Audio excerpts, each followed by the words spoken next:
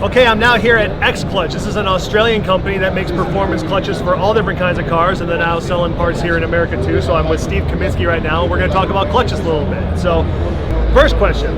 I personally think a lot of guys overdo it on clutches. They give way more clutch than they need because they think nothing else will hold up. So, when a customer comes to you and says, hey, I'm making this much power, how do you tell them, and options do you present them with how you would do a clutch versus do you ask them like what they would do, how they're going to drive it, what kind of power they're making, what do you ask a customer?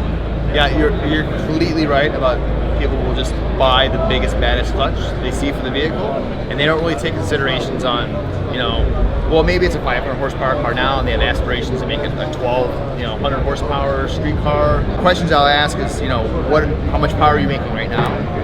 Is it going to stay there? If you're going to increase the power, how soon are you going to increase the power? So, if it's something you're down the road, you don't want to put in a big race clutch. If you're going to drive the car on the street for 2 years, well, until you get to that power level. So, you're asking, torque output at the engine. How do you use the car? Is a car driven on the street? Is a car mostly tracked? All those different scenarios play differently in like the clutch selection, right? So it's a lot of questions. It's getting good information, getting good timelines, just to make sure that the customer's getting the right clutch.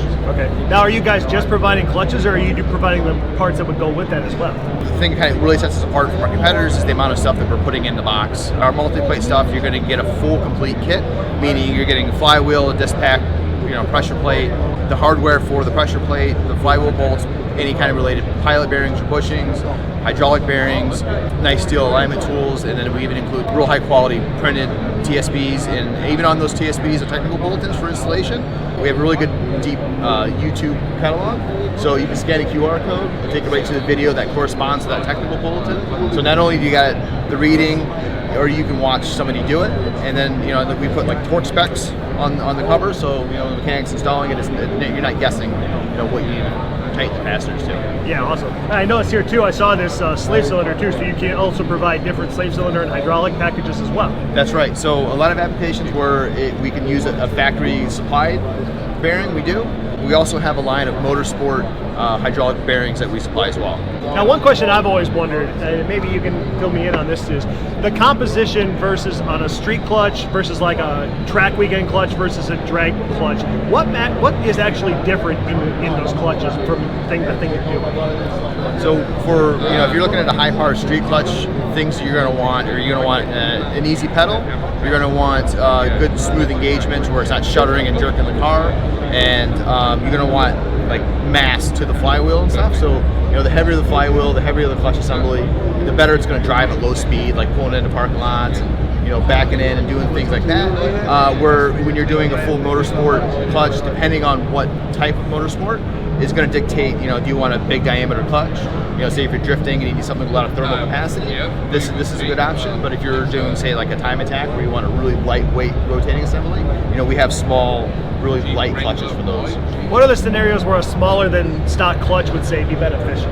If you're doing motorsport where you're shifting the car at really high RPM, the less weight that you can have on the input shaft, and that's going to help the transmission shift better at that really high RPM. Say, maybe a factory car has a red line of 7,000 RPMs. Well, you modify, you got big camshafts and all that, and you're spinning the car at 10,000 RPMs. Well, a big clutch like this is not going to work so well, and that's where like a smaller diameter, 7 1/4, real lightweight disc. The weight of the disc really helps with the shift feel and helps the synchronizers and the gearbox work. And then the actual weight of the clutch, the rotating mass on the crank itself, the lighter you can get that, the more responsive the engine's going to be. So when you see these clutches that go to like twin disc, triple disc, is that just to improve torque handling, or does it also provide any other benefits? So every time you add a disc to the clutch, you're essentially doubling its torque capacity, right? So you're spreading out all that across more surface area, and then you're also generally, if it's a multi-plate clutch, it's smaller in diameter than the factory equipped clutch. So again, you're getting the weight is more central to the crankshaft, more central to the input shaft. So you're getting the benefits of that, as well as you're having extra stack in the clutch to kind of dissipate the load. So if I have one disc that I can handle 300 pounds of torque, and then I add another one, now I can handle 600. Yeah, same in the same clamp load, yes. And then another benefit to having more disc in it is that you don't need as heavy as a clamp load, or so that means that translates to a lighter pedal effort, and so you don't need that really stiff, heavy pedal that's going to hurt your foot, hurt your leg, just to have the same torque capacity as you would with a single plate. So you can have more torque handling with less pretension in the finger, so it's a lighter clutch. Exactly right. See, you learn something every day when you do stuff like this. I just learned something. I love it. All right. Well, Steve, thank you so much for explaining that to us. What's your website? Well, you can check us out it's www.xclutchusa.com. Perfect. Check them out, guys.